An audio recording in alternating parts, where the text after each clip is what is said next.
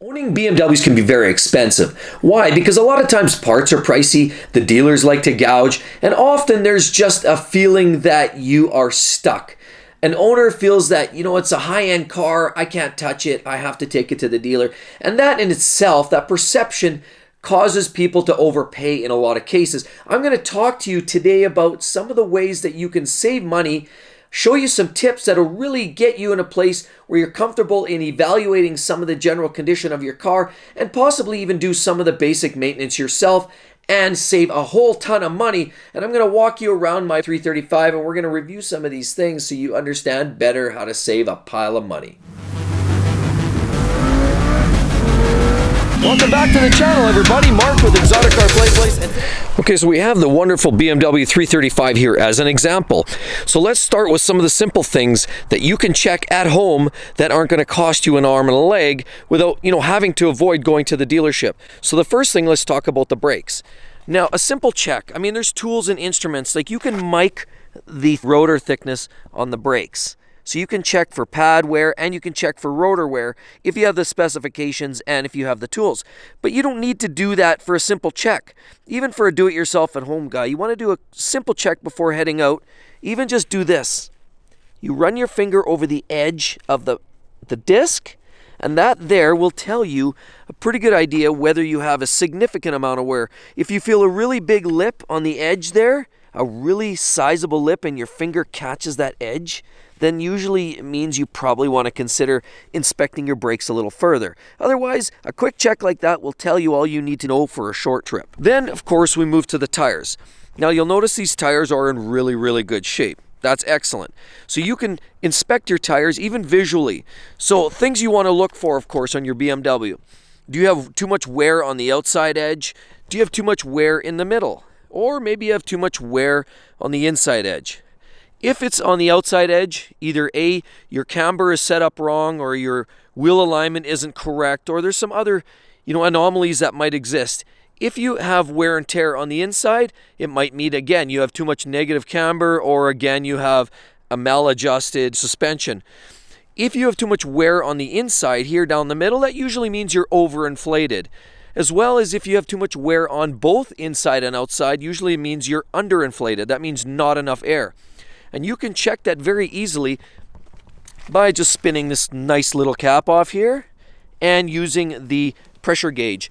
Make sure all of these pressures are up to spec before you take a long trip. How you do that? How do you know where the spec is? Well, you open the door here and then you look down in here on the door jamb.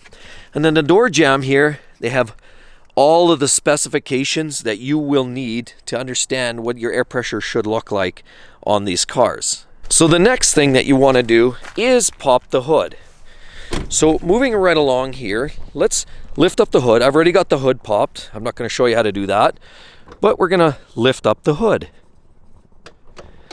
Lift this up, looking under the engine compartment. This one here happens to be the N54 engine, which is the turbo 3-liter, twin-turbo 3-liter 6-cylinder engine by BMW. The one that everybody talks about is unreliable but very tunable. That's what we're looking at here. And so the first thing you want to look at is oil service. So you want to check for your oil level.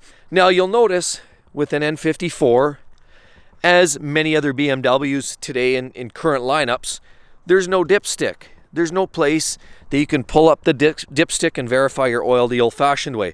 That is with the dipstick is a nice way to do it. The reason the dipstick is so nice is not only can you check the level and you can check it now, but you can actually do the smell test on the oil. You can smell if there's gas in there. Sometimes you can inspect and see if there's a mixing of antifreeze in there that would indicate maybe you've got a head gasket leak. Again, gas would suggest maybe too much flooding, maybe an injector problem or fuel pump issue or some kind of fueling issue. So it's always nice to have an absolute dipstick. And a dipstick often comes in the older BMWs. These newer ones, the newer generation stuff like this, often you won't find a dipstick. So you'll have to go into the interior and use either the iDrive system to give you the actual oil level, or you'll have to go on the stock. And I can show you that another day how we actually check for oil level. But that is a simple check you want to do so it saves you some engine breakdown problem on the roadside. So another thing you're going to want to check under the engine, of course, generally speaking, is your antifreeze level.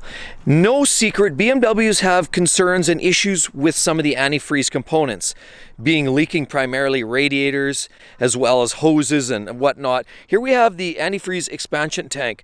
This is a very easy check when the car is cold, is right here on the tank. When you spin this off, you have the stick and it shows you as a reference point. It's very easy to confirm kind of how they do this. So on the tank itself, they have the minimum level that you would typically find or should find. Otherwise, you should add the appropriate mixture.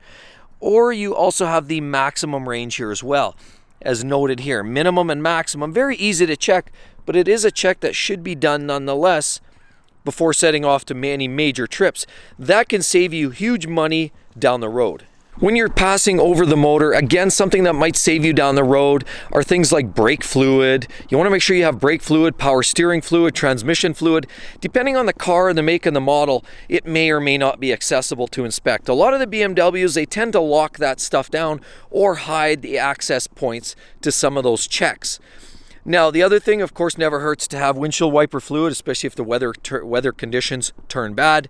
Now, some more checks that are very, very important before setting off. Of course, easy for your home do-it-yourself mechanic like you or me that you want to do to make sure you can save some money and make sure the car is running tip-top is get ahead of these repairs. Some of the repairs, of course, are the belts. And a lot of times you find belts, you'll see the alternator there. So a lot of times there's a belt in here, you have a serpentine belt or other kind of belts that will drive, you know, different auxiliary elements. And you want to make sure that your belts are inspected. Do a quick check, make sure there's no cracks or breaks anywhere in your belts, and make sure everything is good to go on that front, okay? The other thing is hoses. The other thing is hoses like this. Now, what I found the other day is, because this is an aftermarket pipe, this is charge pipe that's been upgraded, sadly enough, whoever installed this, installed it in such a way that this screw, this fastening hardware here, was turned that way. The edge of that screw is actually pretty substantially sharp, digging into there. And with a matter of time, it wouldn't take very long and it would gnaw its way through and poof, you'd have a leak. So whenever there's modifications, make sure they're done well. Never hurts to do a quick inspection from time to time. That's one thing that I found was an issue, was this was cutting into there. So do a general inspection. Look for leaks. Look for things that are damaged, hoses that are cracked. Look for belts that are cracked or maybe not holding up properly. Make sure you do your filter checks. These ones are easy to inspect and blow out. Sometimes you have the original canister arrangement. Open it up, take the filter out, replace it when the manufacturer says to replace it. Make sure you do all those checks. Those are easy things for even a non-do-it-yourselfer to do. All you have to do is open up the hood, basically check out your owner's manual, and it'll give you all of the little things that you need to do to make sure your car stays in tip-top shape. And now, so we reviewed a lot of the things that you can do from the top. General inspection will reveal problems if you have leaks. This is another common problem, is the oil filter housing has gaskets all over the place. And when these start to let go, they become a real problem. There will be oil seepage all the way around. There will be seals here that are leaking, and you'll have oil leaking all over the place. That's a very common problem with these N54 engines. But as you know, BMWs are not shy on oil leaks in general. Often there are oil leaks throughout at different locations. Don't forget as well, never hurts to pull the cover off. This is just a plastic cover, by the way. Underneath, you'll find things like valve covers.